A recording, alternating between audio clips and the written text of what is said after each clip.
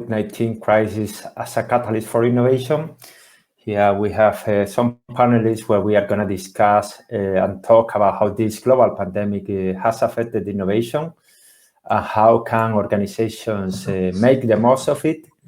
In this panel, we come with 3 people. We are going to go very quickly through each of us to make a very quick presentation of 1-2 minutes, and then we'll jump onto the topic. So maybe, Joanna, you can start and make a brief introduction about yourself.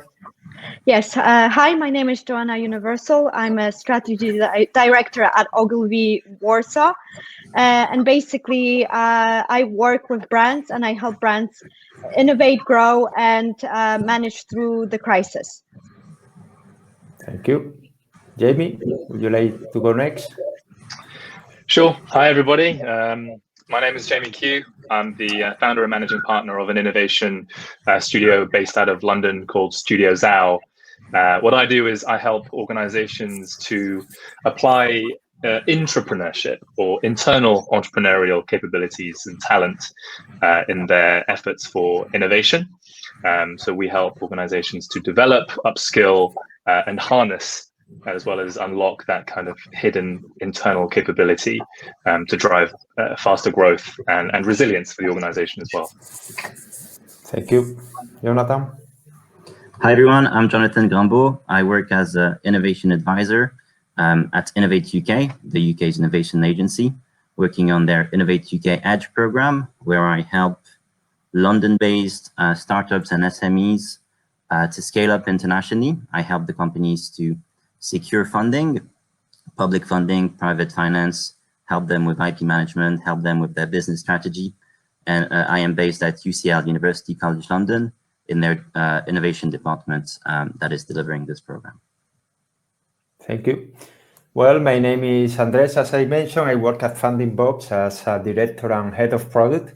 Funding Box, we basically help entrepreneurs to grow, mostly through funding opportunities, public and private, and also through a community of entrepreneurs where we have over 35,000 people who get there to access opportunities, funding opportunities, knowledge, and connections. Okay, so let's jump into the topic. Well, we are talking, of course, about a very difficult topic that is COVID, that is, of course, has affected all the global population, but we want to look to the, kind of bright side of it in a way of how it has improved or affected to innovation. So maybe a basic starting question could be, how do you think that COVID has really affected the way that innovation is happening? Do you think it has fostered innovation? Do you think it has decreased it because of the burden that it's causing to everyone? I don't know if anyone wants to break the ice. I can give it a go. If you want, Andres, it's a very good question. I think that COVID really affected innovation, and it affected in the way that it changed the timing around innovation. So timings changed considerably. COVID created really this sense of urgency where companies had to come up with solutions quickly, right? We've seen that has been reduced time for trials, reduced regulatory hurdles for new solutions. We've seen that for the vaccine, right? The vaccine was developed in a year, whereas it usually takes around 10 years to develop a vaccine. This was also valid for startup innovation. And there's an example here I wanted to take, which is based at UCL, right? So when the pandemic started, engineers from the UCL Institute of Healthcare Engineering decided to partner with Mercedes AMG to create a ventilator, because in the UK and in Europe, we were lacking ventilators, right, to help people with severe COVID. And I think it took them 100 hours to go from the first client meeting to the first prototype. And this was really impressive, right? And I think that this is also valid for startups and innovation. It's really changed timing around innovation. Yes, and I would actually love to build upon what Jonathan said. So he mentioned the urgency and the time that businesses had to think about how they introduce innovation. But from my point of view, I think it's also obviously working in an advertising agency. Businesses come, and my main job is to obviously put myself in the shoes of a consumer. So what has been really interesting is that COVID basically, besides obviously making businesses act quicker, it also pushed businesses to rethink how they go to market and how do they get their products to consumers. So it's kind of reinventing. So some of the businesses had to really change their business models just because of COVID. Some of the kind of old ways of, obviously restaurants, kind of having physical contact with consumers is no longer, well, it's sometimes possible, but it's very abstracted. So in a way, they had to think about how to reach the consumers in a safe online way. So that has been very interesting.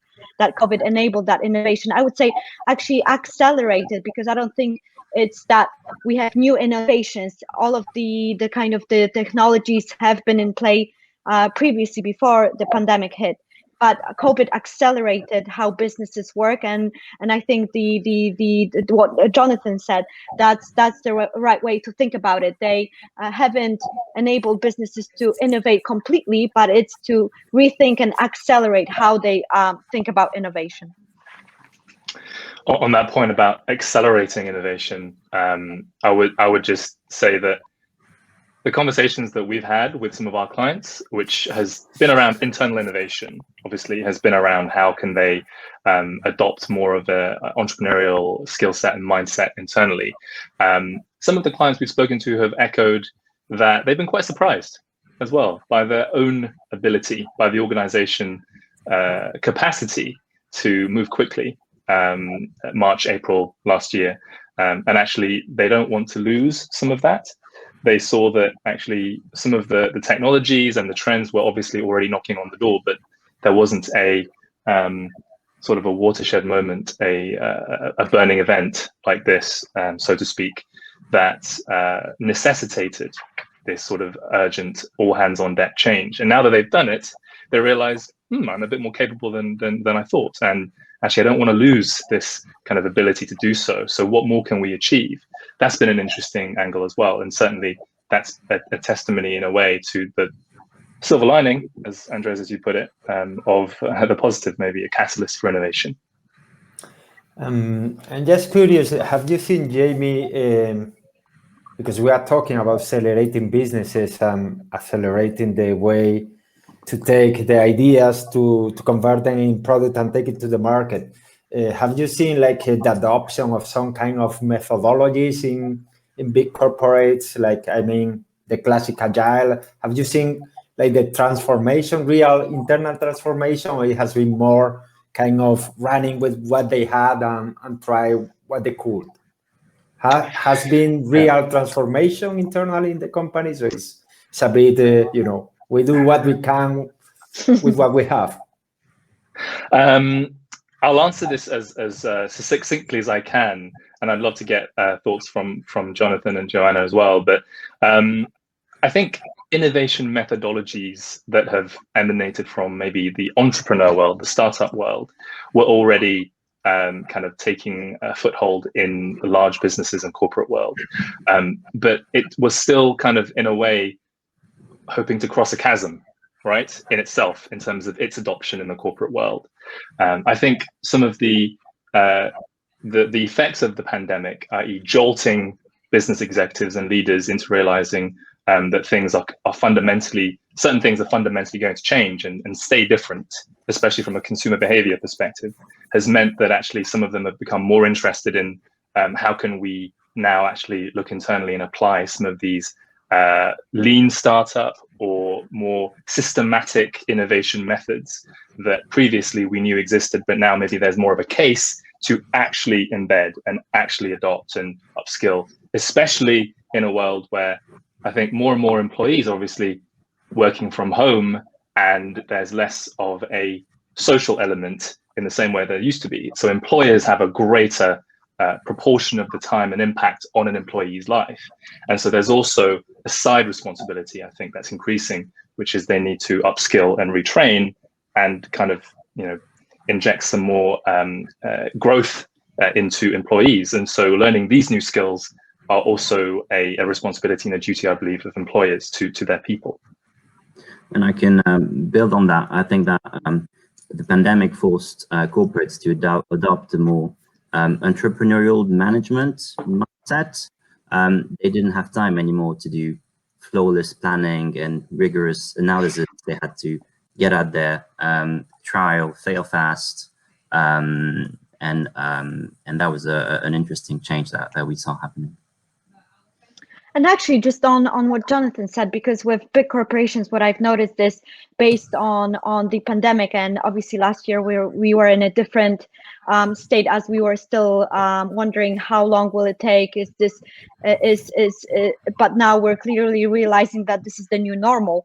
So what we've observed, especially with big corporations, is from advertising point of view, we had to look back and see whether the new normal sticks. Whether the positionings and the kind of promises, the missions of these brands are still relevant in the new normal. So we actually had to go back and revisit some of that thinking. And that's where the big change was happening internally, is that brands had to kind of look at themselves and see, first of all, do we all agree? Are we still promising what people actually need? And it's kind of made them refocus and look back again at consumers and see what they're dealing with, what they're in the need of, and then apply that change internally. So that was really fascinating as well. Good point. Okay, maybe we can go to next topic, because I think for the audience may be interesting to talk a bit about where we see that more opportunities are arising. We have seen very big changes and very big, advances in some areas. For example, the one that I think Jonathan mentioned, the vaccine itself. It has been maybe one of the biggest accomplishments in the science in the history of the human being. What is not just a little thing. But where have you seen that there are more, opportunities? Because at the end we are changing everything. Mostly consumers, as Joanna mentioned, we are changing how we live. It's not anymore about big cities. People want to go to the countryside. This is changing behaviors, pattern. So where are you seeing that that there are more advances in innovation, and in which industries or verticals you think that there are more opportunities? Interesting one. Yeah, if I want to, maybe I'll kick off with this one. I think that where we saw a lot of change was in the healthcare sector, and all of its subsectors, right, from life sciences to medtech. There's been a lot of transformation there, a strong push towards having to solve this urgent problem. And companies have been very creative and very quick in trying to identify and solve these challenges. The areas where I see that there's potentially the biggest opportunities going forward. I'm not an entrepreneur, but if I was one, I'd probably look at cybersecurity.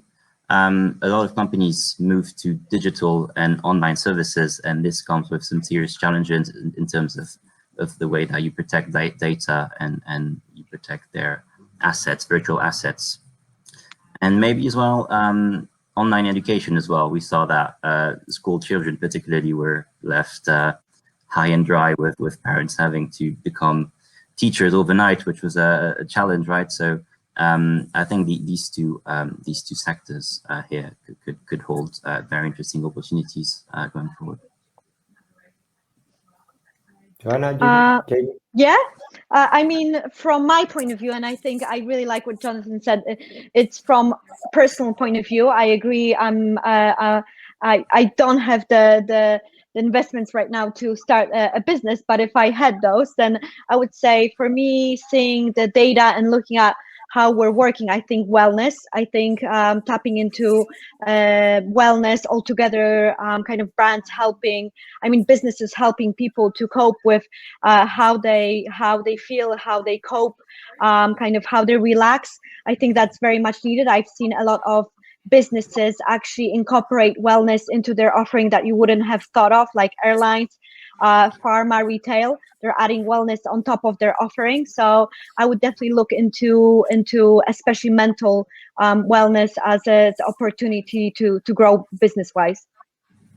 Yeah, indeed, I heard today in the news that Prince Harry is joining as an executive a company about well-being in the States. So that's another signal. Yeah.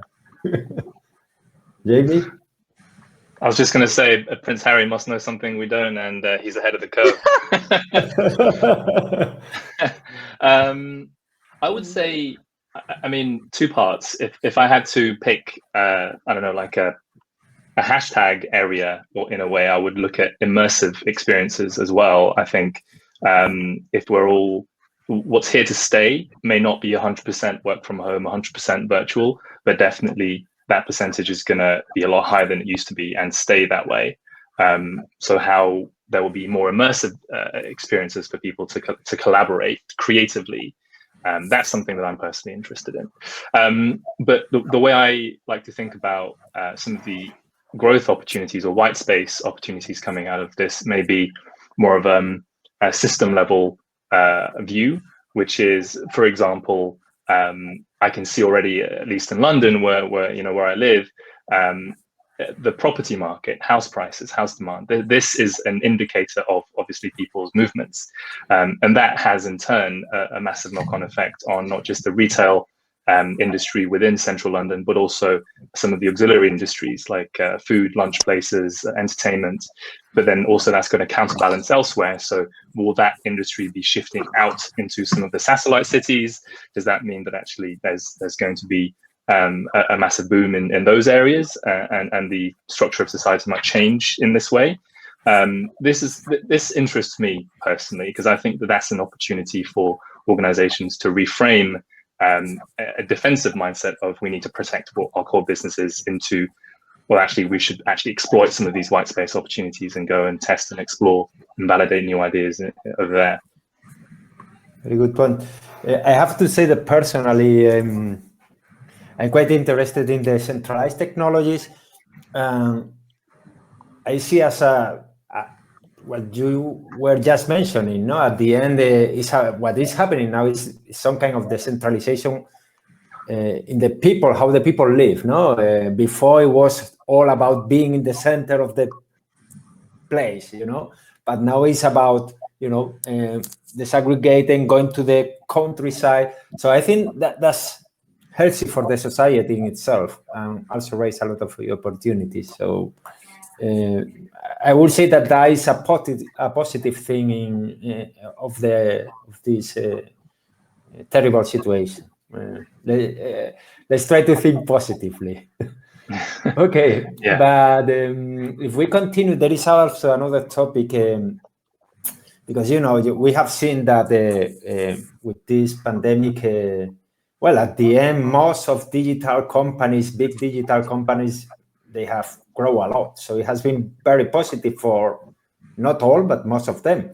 But how has this affected to the small and medium enterprises, the startups and the tech entrepreneurs? So I don't know if anyone wants, maybe Jonathan, I think you have good experience dealing with this kind of stakeholders. So yeah, this is my job to help them scale up, right? So what we've seen, so the effects, I think, on the pandemic on startups and SMEs, first of all, was that it changed the landscape, the access to funding landscape. When the first lockdown started, and in 2020, actually, we can look at the figures, and what we see is that VC investment in startups and SMEs in Europe dropped by 12%. So startups had to be creative in the way that they were trying to secure funding. Securing growth funding was getting incredibly hard at that time, and they had to look for other options. a lot of companies applied to grants, national grants, a lot of them, and these grants became extremely selective, right? I know that here in the UK, Innovate UK has launched a series of initiatives trying to help companies secure funding in 2020. But the success rate was quite low because a lot of companies were applying, right? So what we saw is also a lot of companies taking a lot of debt funding in the form of loans. For now, it's fine, but we'll see when it's going to be repayment time. If these companies are successful and they're able to repay, it's fine. If not, they might end up in a tricky situation, right? And the other thing that we saw is that companies and startups had to be even more agile than before, right, to try to embrace this rapidly changing landscape. Companies that maybe were doing something before pandemic had to quickly shift and repivot to try to adapt to the situation. Maybe they were not digital, maybe they saw an opportunity and they wanted to jump on it. So really companies had to try to be as agile as possible to pivot and to shift. So. Yeah, I have to say that, well, at Funding Box, we are also experts on funding opportunities, and we are keeping an eye about the opportunities that are arising through COVID, that there are a lot of funding opportunities. As you mentioned, the competition is high, but we are tracking and posting about them, and there are a few all around Europe. So I invite the entrepreneurs to keep looking for, because there are some. Okay. I don't know if anyone, Jamie or Joanna, you want to complement? Jonathan? I wanted to actually ask a question to Jonathan, because I was thinking that surely it's times like right now that entrepreneurs and startups, SMEs, are maybe starting to focus more on the fundamentals, maybe, of running the business, because the environment is a lot less buoyant. There's a lot more scrutiny about funds. There's a lot more fear and risk, and so my guess would be that founders and investors also are maybe starting to put a bit more pressure and scrutiny on the founders to say, well, how are the fundamentals, the economic fundamentals of the business, right? Maybe the days where we could have ridden out a couple more quarters without really tackling this problem are over, and now we really need to face that. Have you guys also seen that?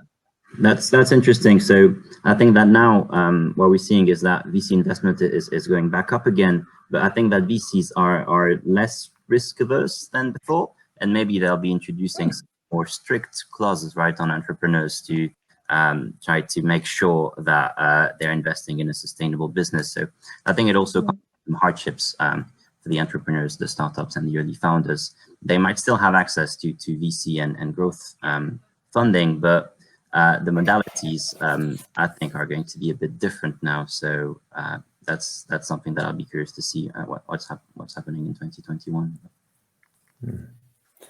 Have you seen new trends in how the people can raise funds? I mean, we know VC is the classic, but are other ways to raise flourishing? I mean, crowdfunding is the equity crowdfunding is already making its way, but are you seeing any other trends in the market? Any other ways to, there is also some innovation in that front, probably, no? I think I might direct the question back to Jamie, because so we companies raising capital through different ways, as I've mentioned, grant funding, equity funding, debt funding, and these are the usual channels, right? But the shift that I think we saw was that shift towards what Jamie called entrepreneurship, companies having to try to do more with less. And I think that this was quite typical of what happened last year and will continue to happen this year. And I know that that's a topic that Jamie is interested in focusing on. Yeah, I think there is definitely that trend. Entrepreneurship as a word, just as a word in English, or actually with French roots, I guess, wasn't something that's well understood before. But certainly we've seen that more and more people are starting to try and understand it and look for it and try and apply it. So yes, I completely echo that. Or another way to raise funding these days, to answer your question, Andres, maybe is to make a digital work of art about Elon Musk and try and sell it via a non-fungible token, right? That's a trend that's really come out of the past few weeks. That's a real trend. Yes, it is. Okay, we are running out of time, so I think we have 2-3 minutes. So maybe we can, share some tips, advice to that people that are in those positions that are trying to find their way to innovate.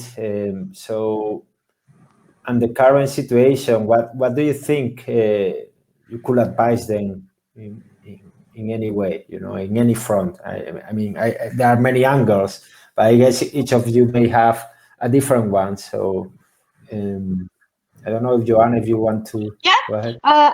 I'll start the finishing bit. So from my point of view, obviously with branding and advertising, I just want to say that I think really understanding your consumers and what their needs are is most important. But also I would say that I've seen a lot of brands and a lot of marketeers say, oh, we don't want to innovate just yet because we want to see where this goes. We want to concentrate on surviving this, on doing the core bits. And I think really right now is the time to really be brave and actually adapt innovation and think out of the box. So my only comment from a planning strategy point of view is look out, keep exploring, keep seeing what the opportunities are, because this is the time to do it. Great. I think we got 1 minute, so Jamie, Jonathan, a very quick one. Very quick one. I think that although it's a crisis, what we've seen is that probably the more things change, the more they stay the same, in the sense that if you are an entrepreneur, you still have to have a very strong idea, a very strong team, a very strong go-to-market strategy. So be confident, look out for any opportunities that you can find, and yeah, put your head up and get your product out there, because this is the only way that you're going to be able to do it. Perfect. I echo what Joanna said. I think the best form of defense sometimes is offense, and to be brave. So that's what I would say as well. Okay.